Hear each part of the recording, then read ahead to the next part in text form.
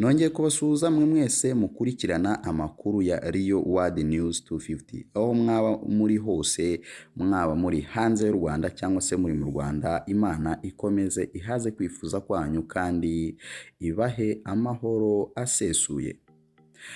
Muri iki gitondo tumenye inkuru itari nziza, inkuru y'impanuka yabaye ku munsi w'ejo.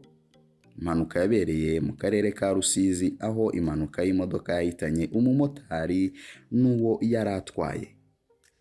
Gusa niba utarakanda subscribe kuri YouTube channel yacu, reba munsi gatoya ijambo ritukura munsi y'inkuru ukandeho, numara gukandaho kandi no kunzogera irahita izi imbere yaryo, ujye ubona amakuru yacu yose uko tumaze kuyashyiraho.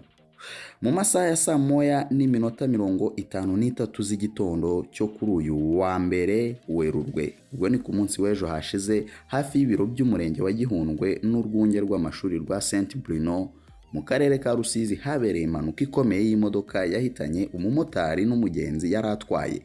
Umugenzi akaba yahasize ubuzima impanuka ikiba.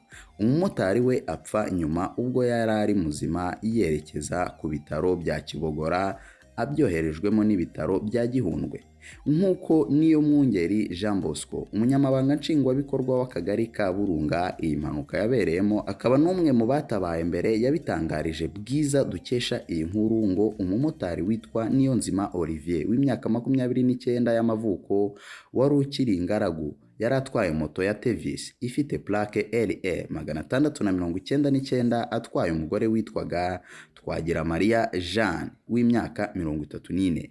Avuga ko ubwo uyu mumotari yari ageze hafi y'ibiro by'uyu murenge wa Gihundwe, yashatse kunyura ku modoka yo mu bwoko bwa Fuso ifite plaque LAB 763L yari itwawe n'umushoferi witwa Twagirayezu Damascene w'imyaka 32, agahita ahura n'umugenzi imbere ye wamanukaga ari mu cyerekezo cye. Ashatse kubisikana nawe ahita akubita moto kuri ya modoka ayigwamo, nuko umugore ihita imukandagira, imumena umutwe, imwangiza n'ibindi bice by'umubiri, ahita apfa.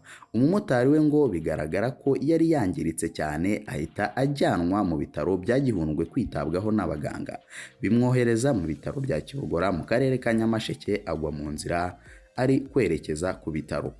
Gitifu yaravuze ati umurambo w'uyu mugore wahise ujyanwa mu buruhukiro bw'ibitaro bya Gihundwe. Umumotari nawe byagaragaraga ko kubaho ari amahirwe, yihutanwa ku bitaro bya Gihundwe ngo yitabweho n'abaganga, nabyo bihita bimwohereza ku bya Kibogora mu karere ka Nyamasheke.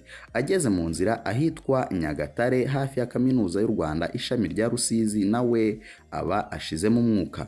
Umuvugizi wa polisi y'igihugu mu ntara y'Uburengerazuba CIP Karekezi Bonaventure yemereye Bwiza aya makuru, nawe avuga ko iyi mpanuka yatewe n'uyu mumotari washakaga kunyura kuri iyi modoka, agahita ahura n'umugenzi wagendaga n'amaguru, bikamugora agakubita moto ku rubavu rw'iyi modoka akayigwamo, ikabagonga, uyu mugore agahita asiga ubuzima. Yaravuze ati umumotari yashatse guca ku modoka yo mu bwoko bwa Fuso yari yikoreye amabuye iri imbere ye, mu gihe yayinyuragaho ahura n'umunyamaguru nawe wari mu muhanda agiye kumugonga, amukwepa agana kuri ya modoka yashakaga gucaho, ayigonga mu rubavu. Ahita agwa n'uwo mugore yari atwaye, imukandagira mu mutwe, iramwangiza bikabije, imwangiza n'ibindi bice by'umubiri, ahita apfa. Umumotari we yapfuye ajyanwa kwa muganga.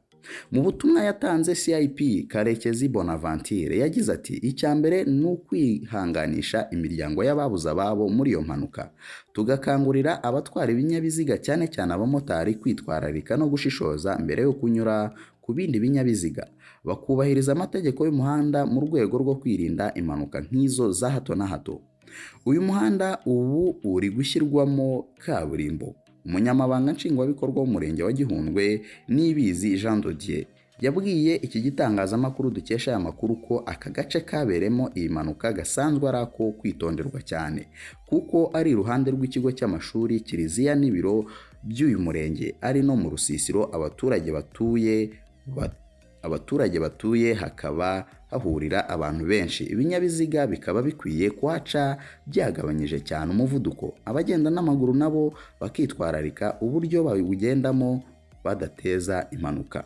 Yaravuze ati turasaba abawukoresha bose kwitwararika ibyo byose mu rwego rwo kwirinda impanuka, cyane cyane ko urimo uranashyirwamo kaburimbo.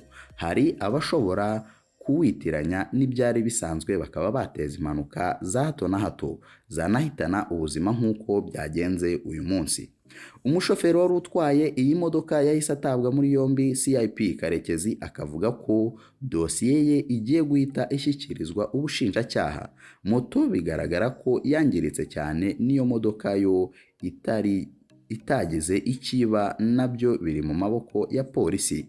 Twagiramariya Jeanne asize umugabo n'abana babiri. Uyu mumotari we yari akiri ingaragu. Ababuze ababo Imana ibihanganishe, Imana ibiteho, niyo yitwitaho kuruta uko abana b'abantu tubigenza. Mukomeze gukanda subscribe kuri YouTube channel yacu ariyo Real World News 250 kugira ngo amakuru yose tubagezaho mashyashya mujye muhita mubigezwaho ako kanya.